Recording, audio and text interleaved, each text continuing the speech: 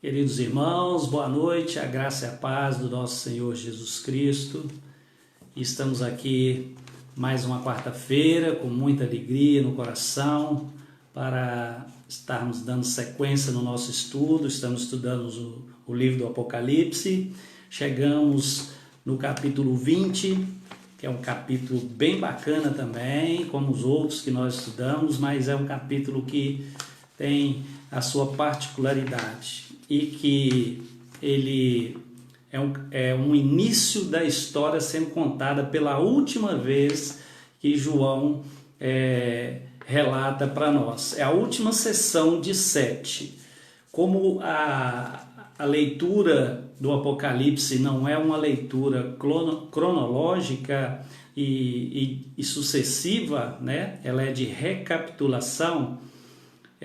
O capítulo 19, que nós encerramos semana passada, ele relata no fim do capítulo a volta de Cristo, o juízo final e a destruição dos ímpios, do falso profeta e da besta.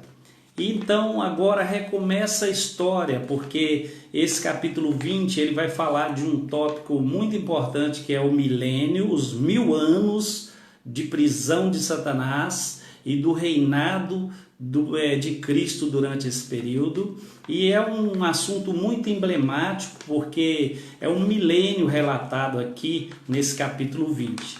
Só no capítulo 20 é que tem o relato desses reinado milenar, né? E é a única passagem que dentro da Bíblia que fala desse reino.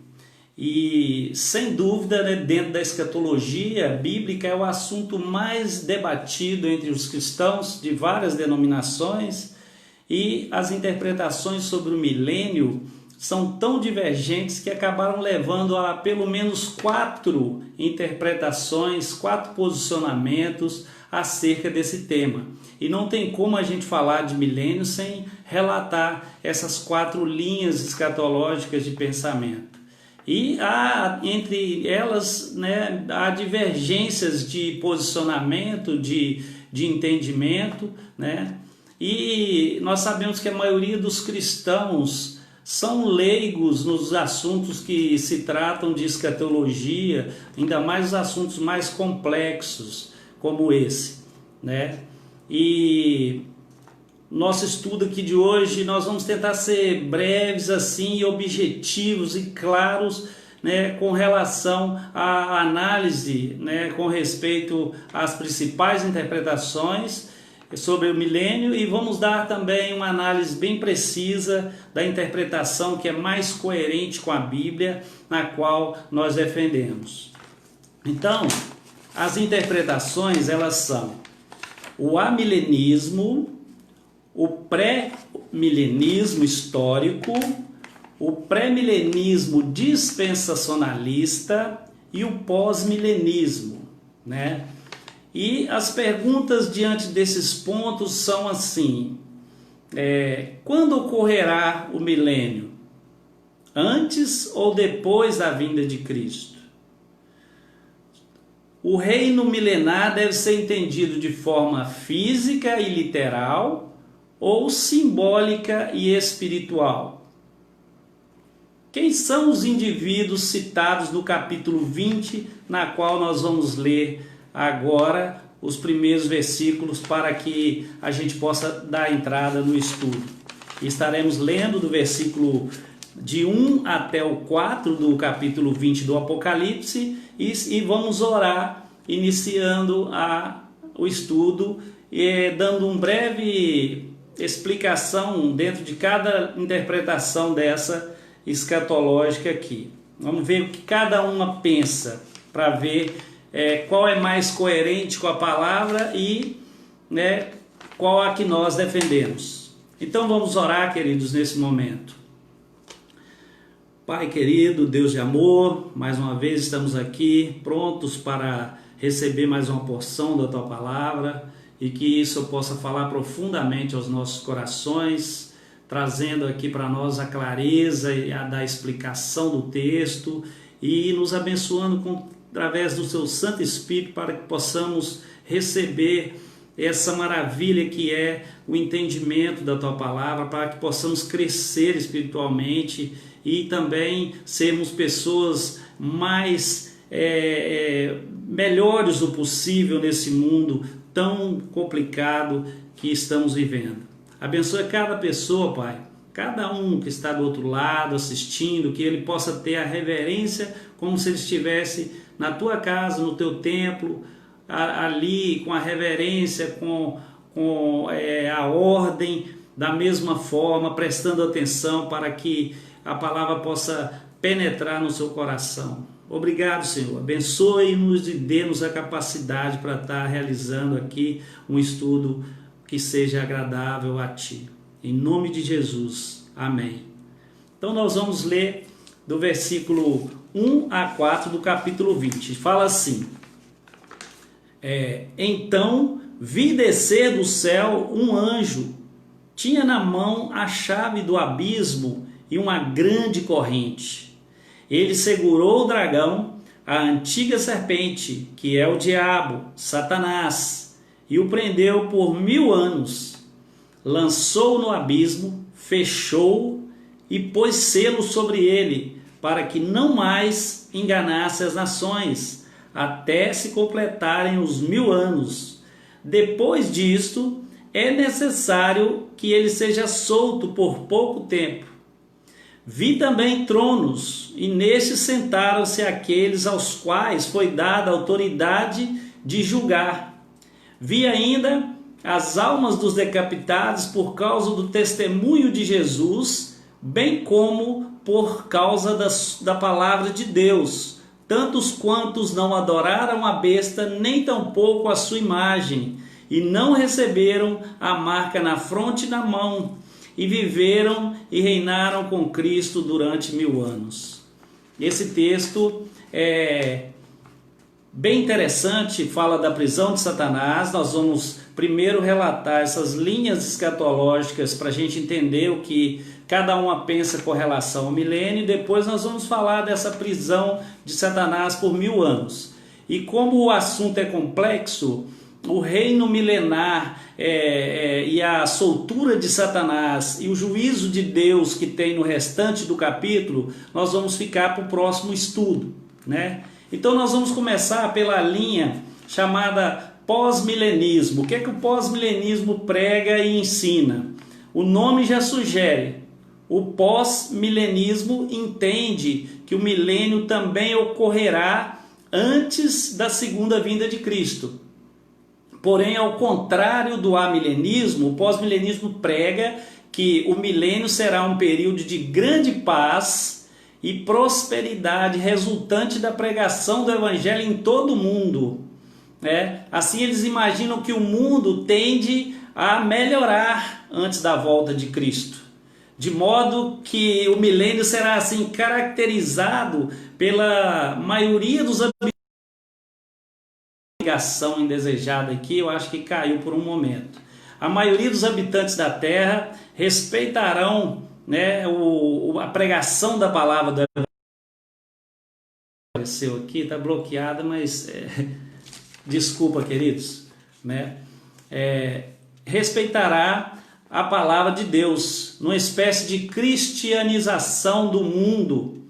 Após esse período, Satanás será solto e Cristo destruirá com a sua segunda vinda, condenando para ele eternamente ali. Essa visão crê neste milênio de paz, né, interpretando que Satanás literalmente está preso durante esse período na qual o evangelho está sendo pregado a todas as nações. E essa visão ela ficou para trás um pouco no meio evangélico, porque aconteceu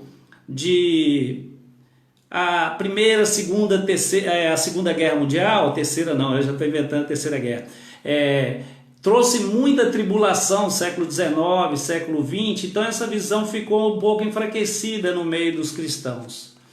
E aí nós temos o pré-milenismo histórico, ele se divide também em pré-milenismo histórico e a segunda linha dentro dele próprio, que é o pré-milenismo dispensacionalista.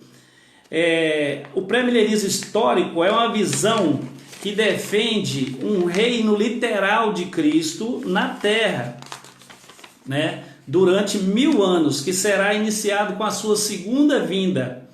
Cristo governará a partir de Jerusalém e será um período sem igual na terra. No final desse milênio, Satanás será solto e vai enganar as nações, influenciando-as a guerrearem contra Jerusalém e o governo de Cristo. E então Jesus destruirá as nações rebeldes juntamente com Satanás e os lançará em condenação eterna. Depois disso haverá o juízo final e o início do estado eterno. Então essa visão pensa assim, que o reino é literal, eles entendem o Apocalipse como uma leitura literal, que o capítulo 19 antecede o 20 é sucessão do 19, porque o que acontece? No 19 nós temos a volta de Cristo e o juízo final, né? Relatando ali a destruição do falso profeta, do anticristo e dos homens ímpios. Já logo no 20 começa com a prisão de Satanás. Então eles creem que Cristo vem, faz o que fez no 19, já no 20 ele já começa prendendo Satanás para que possa reinar durante 1000 anos num reino do trono de Davi a partir de Jerusalém.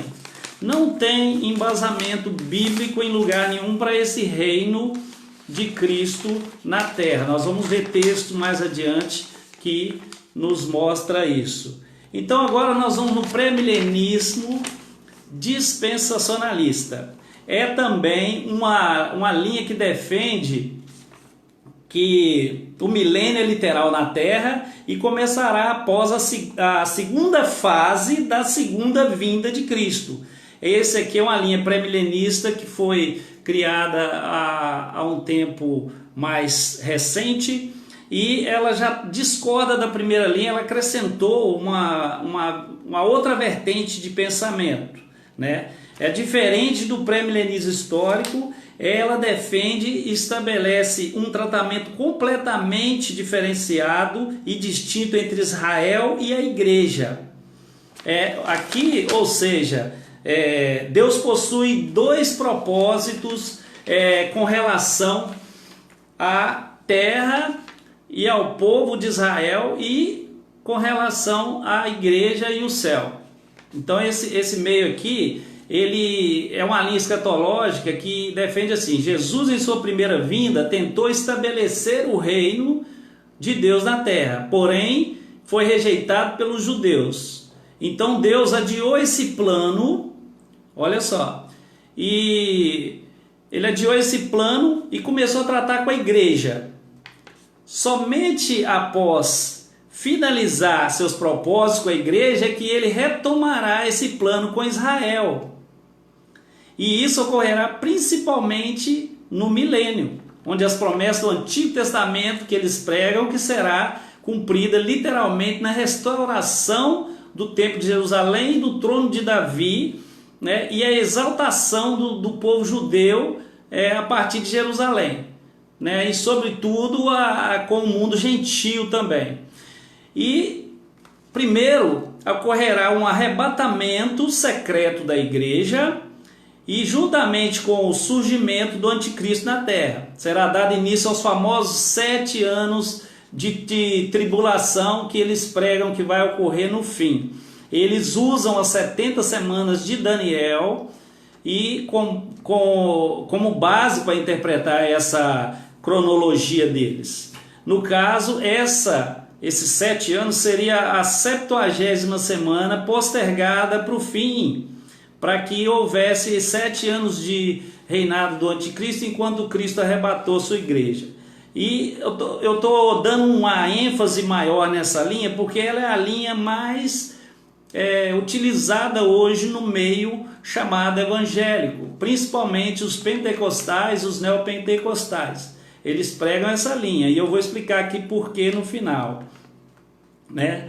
E no arrebatamento da igreja ocorrerá apenas a ressurreição dos justos, e nesse período de 7 anos aqui a igreja estará com Cristo nos céus, né? Após os 7 anos de tribulação haverá a batalha do Armagedon, citada aqui no Apocalipse, e Cristo retornará visivelmente para destruir o anticristo e os inimigos de Israel. Esse é o pensamento dele. E as nações serão julgadas, e as que tiverem apoiado Israel participarão do milênio literal, né, que Cristo vai estabelecer aqui na terra. Haverá uma ressurreição dos judeus após os 7 anos de tribulação, que eles chamam de primeira ressurreição. É também equivocado esse entendimento. E eles, após essa tribulação, os que se voltaram contra Israel serão destruídos e aguardarão o último julgamento que vai ter lá no final do milênio, né? E no reino milenar, o templo de Jerusalém será reconstruído. Cristo se sentará no trono de Davi, como eu já disse, e para que se cumpram as profecias pendentes a Israel, né, nesse sistema existe a completa distinção entre a Israel e a igreja de Cristo. E no final desse milênio, ela é complicada essa interpretação, mas a gente tem que relatar porque ela é muito comum nos dias de hoje. No final desse milênio, Satanás será solto por um período de tempo, aí ele enganará as nações, as pessoas, e fará uma rebelião contra Cristo e a nova Jerusalém que já está estabelecida na terra. Então ele será derrotado, lançado no lago de fogo, enxofre, e também os ímpios ressuscitarão para o grande julgamento. Aí, como nós vimos, essa corrente ela é muito complexa, né? E ela surgiu no século XVIII, ela tem aí seus 200 e pouco a 300 anos. E o que acontece? Ela ficou muito comum no meio pentecostal e neopentecostal, principalmente na Europa e nos Estados Unidos. Por quê? Porque eles lançaram muitos livros, lançaram filmes, lançaram novelas, igual essa da Record, Apocalipse, e ela é totalmente dispensacionalista, né?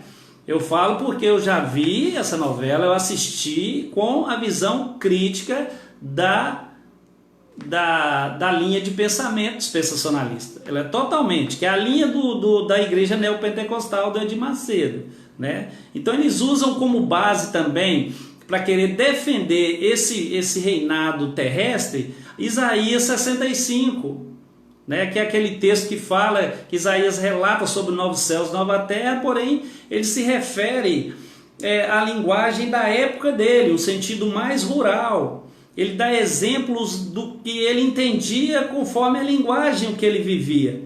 Então, referir essa passagem escatológica assim, de uma forma figurativa do que Isaías estava vendo, ele só poderia usar coisas da época dele. E era para se referir ao novo céu e nova terra. Isaías teve a visão, já que João está tendo aqui no final do livro do Apocalipse, né? Então todas essas posições que nós citamos aqui em cima têm os seus defensores convictos, né? E antes de termos que entrar em discussão com alguém, a gente tem que parar e repensar, que é algo que não compensa você fazer. Nós sabemos que tem cristãos genuínos em denominações que têm uma visão diferente da nossa, mas não cabe a nós entrar em discussão. Eu só queria ler para vocês algo que eu acho muito relevante e importante para esse estudo do livro do Apocalipse. Abram lá no Apocalipse 22, versículo 18 e 19. O texto diz assim, olha, a todo aquele que ouve as palavras da profecia deste livro, testifico. Se alguém lhes fizer qualquer acréscimo, Deus lhe acrescentará os flagelos escritos neste livro. E se alguém tirar qualquer coisa das palavras do livro desta profecia, Deus tirará sua parte da árvore da vida, da cidade santa e das coisas que acham escritas neste livro. Ou seja, não pode acrescentar, não pode tirar, não pode inventar. Se você quer estudar escatologia, estudar Apocalipse, aprender como se faz coerência dos textos bíblicos já escritos com o livro de revelação do Apocalipse, para que você tenha um entendimento coerente com a palavra de Deus, você faz, mas você tem que primeiro ler esses 2 versículos aqui, porque não é brincadeira você ir para frente de uma igreja pregar ou ensinar e buscar um entendimento da sua mente, algo que você deduz que vai ser, e passa a profecia de forma errada. Aqui está a condenação. Então, eu estou aqui agora fazendo esse estudo, compartilhando com a igreja, com quem está assistindo, com a mente totalmente tranquila, porque eu busquei um entendimento bastante coerente com a Bíblia e pesquisei pessoas que já estudaram, são doutorados nesse assunto. Já é a 3ª vez que eu ministro o estudo do Apocalipse e é o mais coerente com a Bíblia, esse estudo que mostra para a gente o simbolismo que há no livro, com figuras na qual passam para a gente uma realidade na qual a gente vive. Então, já falei de 3 correntes, agora eu tenho que falar da que a gente tem como base, que é a chamada amilenismo. O que é amilenismo? Apesar da negação no ar, né, dizer não ao milênio, né, esse termo, esse não é isso que essa corrente escatológica defende. Ela defende assim, olha, não ao milênio literal, né, e sim ao milênio que é espiritual e simbólico, né? Essa linha, ao interpretar, ela interpreta como um reino de Cristo a partir da sua primeira vinda, né? O milênio, ele já foi iniciado com Cristo na sua primeira vinda. É isso que o amilenismo defende. E quando ele vai terminar com a segunda vinda de Cristo, quando haverá a ressurreição dos mortos, o juízo final e o estabelecimento do novo céu e nova terra. No amilenismo, o milênio ocorre com o reinado dos santos com Cristo, né? Em conexão, né? A igreja nos céus e a igreja militante na terra, pregando o evangelho. Então Cristo já reina a partir do momento que ele pisou nesse mundo. Ele veio trazer o reino de Deus. Então o amilenismo tem um entendimento simbólico e espiritual do reino milenar, né? E nós devemos ter bastante coerência ao falar para não ofender as outras linhas de pensamento, mas nós temos que ter convictos na linha que a gente defende, né? E a separação também que as outras linhas traz, radical, entre Israel e a igreja, biblicamente ela não tem justificativa, porque qualquer distinção entre judeu e gentio foi abolida, né? E Deus possui um único povo que nós sabemos que a Bíblia prega, a noiva do Cordeiro, a sua igreja. Nós temos vários livros em Atos, em Gálatas, em Colossenses, Efésios e 1 Pedro, tudo que nos dá um embasamento para isso. Então nós vamos focar nessa questão do milênio. Não existe base bíblica para afirmar que Deus adiou os seus planos, né? E o estabelecimento do seu reino. É melhor a gente concordar com Jó. Jó 42, versículo 2 fala assim: nenhum dos seus planos podem ser frustrados. Jesus, em sua primeira vinda, no seu ministério, ele não foi oferecer aqui um reino político e nem um reino físico a Israel. Ele também não veio restaurar o reino de Davi, ali no trono de Davi. E quando eles tentaram fazer isso, ele se recusou. Olha só, o livro de João 6,15 fala assim: sabendo, pois, Jesus que estavam para vir com o intuito de arrebatá-lo para o proclamarem rei, retirou-se novamente sozinho para o monte. Então Jesus não tinha a intenção de ser proclamado rei. Aí, o que acontece, né? Nenhum dos seus planos são frustrados. Deus já traçou a história. Jesus foi categórico ao afirmar, né, que na ocasião do seu ministério, que o reino de Deus não viria em visível aparência. Lucas 17, versículo 20 e 21, fala assim: interrogado pelos fariseus sobre quando viria o reino de Deus, Jesus lhe respondeu: não vem o reino de Deus com visível aparência, e nem dirão, ei-lo ali, ou ei-lo aqui, ou lá está, porque o reino de Deus está dentro de vós. Ou seja, não nos dá base para dizer que Jesus vai ter um reino aqui físico, a partir de Jerusalém. E a gente, assim, tem que ter um entendimento da seguinte forma: o caráter presente do reino de Deus já foi inaugurado. Esse reino de Deus milenar, esse período de 1000 anos, né, que relata ali da prisão de Satanás e do reinado de Cristo, ele é um período na qual Deus estabeleceu. É um tempo de Deus. Pedro diz que um dia para Deus é como 1000 anos e 1000 anos é como um dia. E o Apocalipse, com a sua linguagem simbólica, ele traz para nós um entendimento bem claro de que esses números que são relatados no livro não são literais, né? A gente não pode cair no literalismo para que nosso entendimento não fique destoado com o restante das Escrituras. E o reino de Deus, ele está em prosseguimento.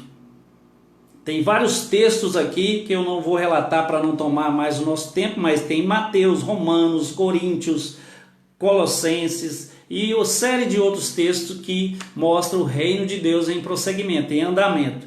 E ele será completamente consumado, né? Consumado. Ninguém espera, né, aqui nesse nosso entendimento que Satanás esteja realmente preso 1000 anos, né?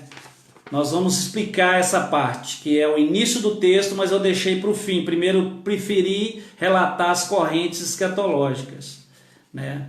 E para a gente compreender o milênio citado no capítulo 20, nós precisamos considerar o estilo e a organização literária do livro do Apocalipse. E desde o início a gente vem falando sobre isso.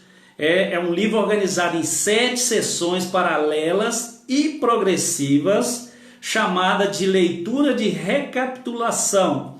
Ou seja, a mesma história é contada 7 vezes em ângulos diferentes, de modo que cada uma delas vai ficando mais clara e intensa, né? E se a leitura fosse de sucessão, né, entendendo que um capítulo sucedesse o outro cronologicamente, a nossa visão estaria errada. Mas como a gente sabe que o capítulo 20, João está recomeçando a história novamente, ele simplesmente está narrando aqui a queda do maior inimigo da igreja. Porém, sendo esta a 7ª e última vez, ele deixou a cereja do bolo para a última história, ou seja, o maior inimigo da igreja, que é Satanás, o dragão, relatado aqui. E o capítulo 20 não sucede o 19, né, como os literalistas pregam. Se sucedesse, tudo bem, eles estariam certos, mas não sucede. E a Bíblia exaustivamente ensina para nós que o evento que vai suceder a segunda vinda de Cristo é o juízo final e o estabelecimento do novo céus e nova terra, e não o milênio. Então esse milênio, ele é simbólico, não é literal. Ele é um número simbólico de Deus, né, para a história da igreja. Todas as diferentes correntes escatológicas foram formadas por causa desse número, né, que aparece aqui no capítulo 20, o número 1000, por causa dos entendimentos diversos. Mas eu particularmente eu falo para vocês, a linha amilenista ela está mais coerente com o que a palavra ensina e prega, porque a leitura ela não é literal, ela não é uma leitura que nos remete ao entendimento literal. Ninguém espera que Satanás tenha sido mesmo preso literalmente com corrente, e nem também chave, poço, igual fala aqui no versículo, né? São símbolos de limitações, porque só o número 1000 aqui que as pessoas vão entender que é literal. As outras coisas são simbólicas, né? A gente sabe que os números têm influência muito importante simbólica no Apocalipse, né? As influências dos números são grandes e o número 1000 também é simbólico. Significa um tempo exato usado por Deus para a realização dos seus propósitos, que tem princípio, tem meio e vai ter fim, né? Como eu disse lá atrás, Pedro relata, 1000 anos é como um dia para Deus e um dia como 1000 anos. Então, para a gente tirar a dúvida, né, com relação ao emprego dessa linguagem simbólica, tem algumas perguntas. Por exemplo, alguém acredita que Jesus tem a aparência literal de um cordeiro com 7 chifres, 7 olhos, conforme Apocalipse 5, 6? Claro que não, né? É simbólico. Será que existe uma mulher grávida, vestida de sol, com a lua debaixo dos seus pés, uma coroa de 12 estrelas, e que foi perseguida por um grande dragão vermelho no alto dos céus? Apocalipse fala para nós lá no Apocalipse 12. Será que surgirá um monstro do mar com 10 chifres, 7 cabeças, corpo de leopardo, pé de urso, cara de leão? Claro que não, é simbólico, né? Será que o sangue dos ímpios escorrerá por 296 quilômetros, conforme Apocalipse 14, 20? Então essas coisas elas têm que ter coerência. E defendemos a nossa linha de pensamento escatológica, porém de uma forma coerente com o que a palavra já nos fala. E para resumir esse assunto aqui, eu falo para vocês, quando nós estudamos e analisamos as Escrituras com o auxílio do Espírito Santo que habita em nós, nós somos sensatos e coerentes na hora de defender nossas posições. E não devemos deixar em momento algum nos levar por doutrinas humanas, e sim pela palavra que vem do próprio Deus, né? Para finalizar com relação às linhas escatológicas. Agora com relação à prisão de Satanás, né? Vemos aqui no verso de 1 a 3 que um anjo desce do céu e prende Satanás por 1000 anos, a antiga serpente. E ele tinha na mão a chave do abismo, uma grande corrente, e pôs selo sobre ele. Essa passagem simbólica quer dizer que nesse momento ele colocou sobre Satanás limitações, né? E com isso ele se tornou restrito como um cão na coleira de Deus. E que Deus, quando quiser, ele será solto. Mas a Bíblia fala aqui para nós que é por pouco tempo. Ou seja, como nós já estudamos capítulos atrás, será essa soltura dele aquele período chamado de grande tribulação, na qual Jesus Cristo fala em Mateus 24 que a terra nunca viu. É o período final que acontece na volta de Cristo, né, lá em Mateus 12, 29. Cristo diz, Cristo fala assim, olha, como pode alguém, em Mateus 12, 29, ele fala assim, como pode alguém entrar na casa do valente, roubar-lhe os bens, sem primeiro amarrá-lo? Só então poderá roubar-lhe a casa, né? de forma tranquila. Nessa passagem aqui, a palavra grega original para amarrar é a mesma utilizada lá no capítulo 20 do Apocalipse, e ela é traduzida como segurar, restringir, né?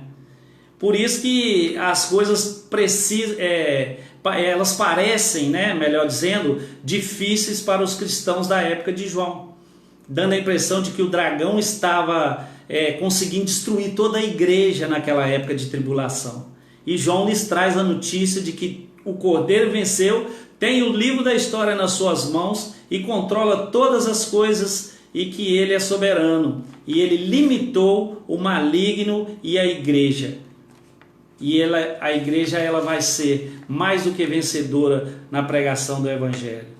E essa prisão de Satanás e sua derrota não é algo que vai acontecer, mas é algo que já aconteceu com relação à primeira vinda de Cristo.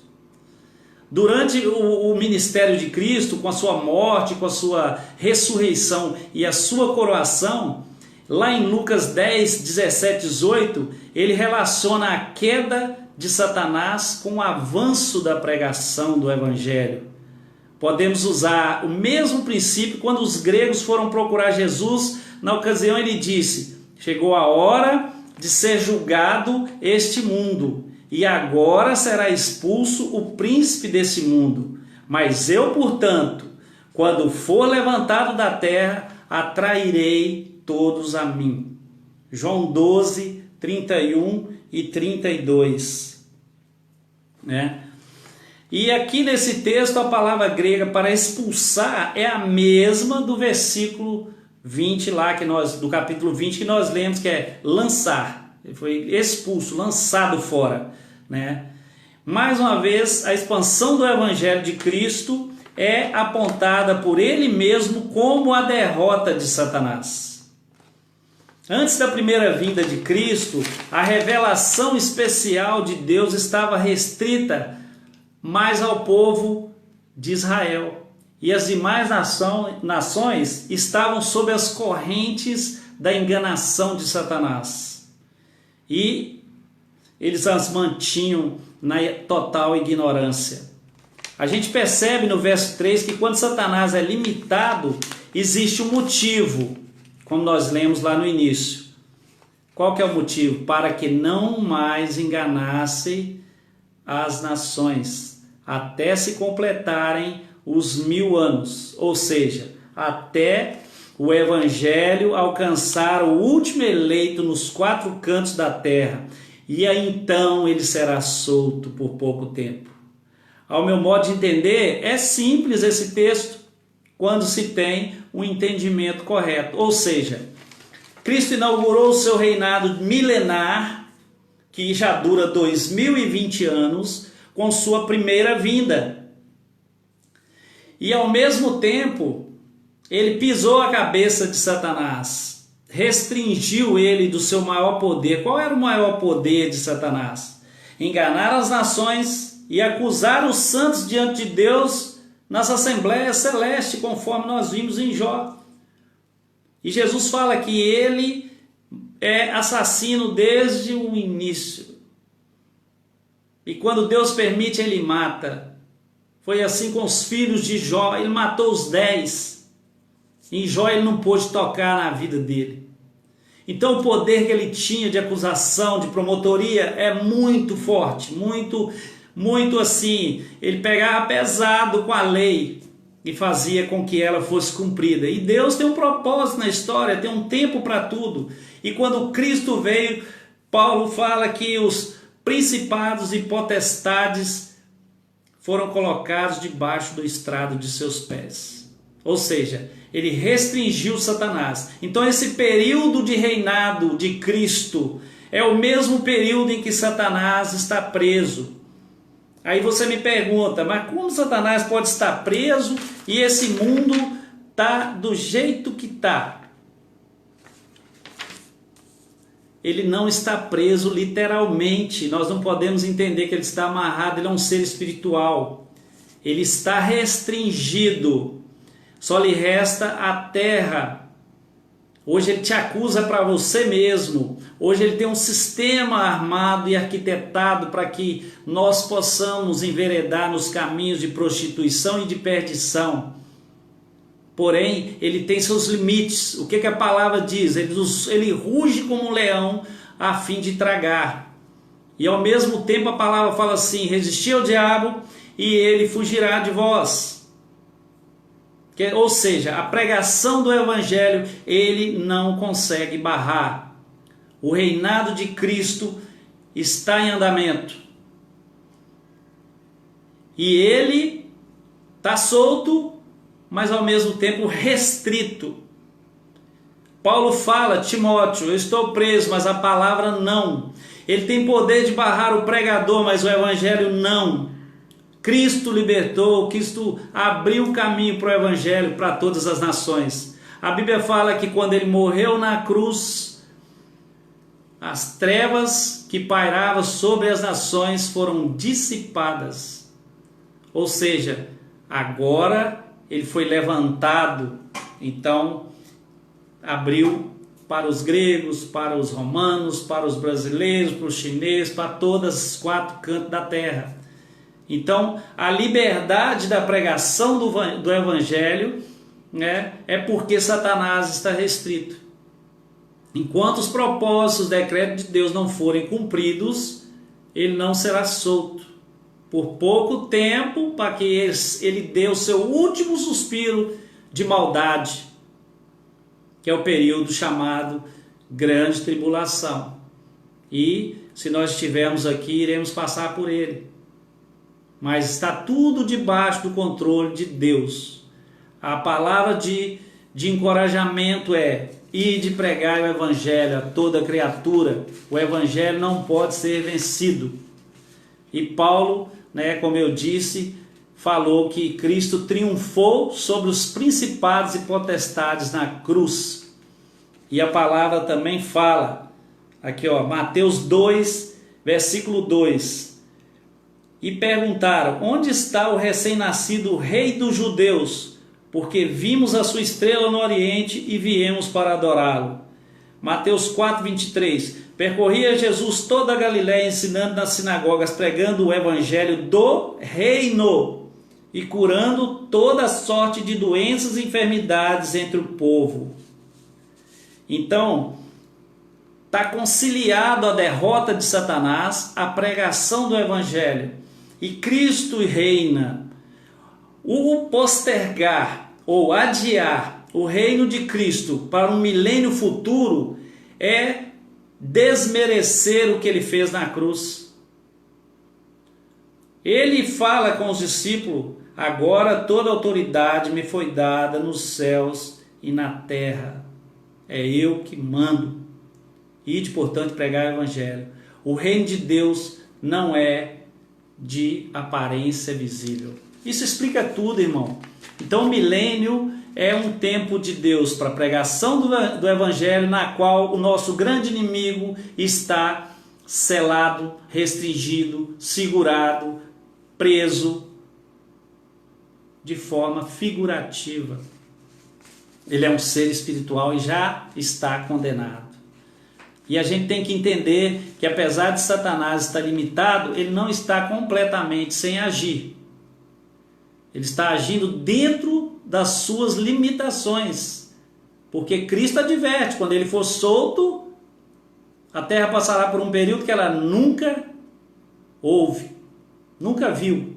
Nem nos tempos de Noé e nem na época das perseguições do primeiro século. Então é esse o entendimento desse milênio do capítulo 20. Semana que vem nós estaremos dando sequência nesse capítulo, né, falando sobre a soltura desse inimigo, né, e a derrota dele, que é o objetivo do livro. Ele ficou para cereja do bolo aqui do Apocalipse. Né? E depois nós vamos ver o juízo de Deus mais uma vez vindo de forma definitiva sobre a terra, né? E eu espero que tenha esclarecido. Qualquer um que tiver dúvida pode deixar perguntas aí que nós estaremos respondendo.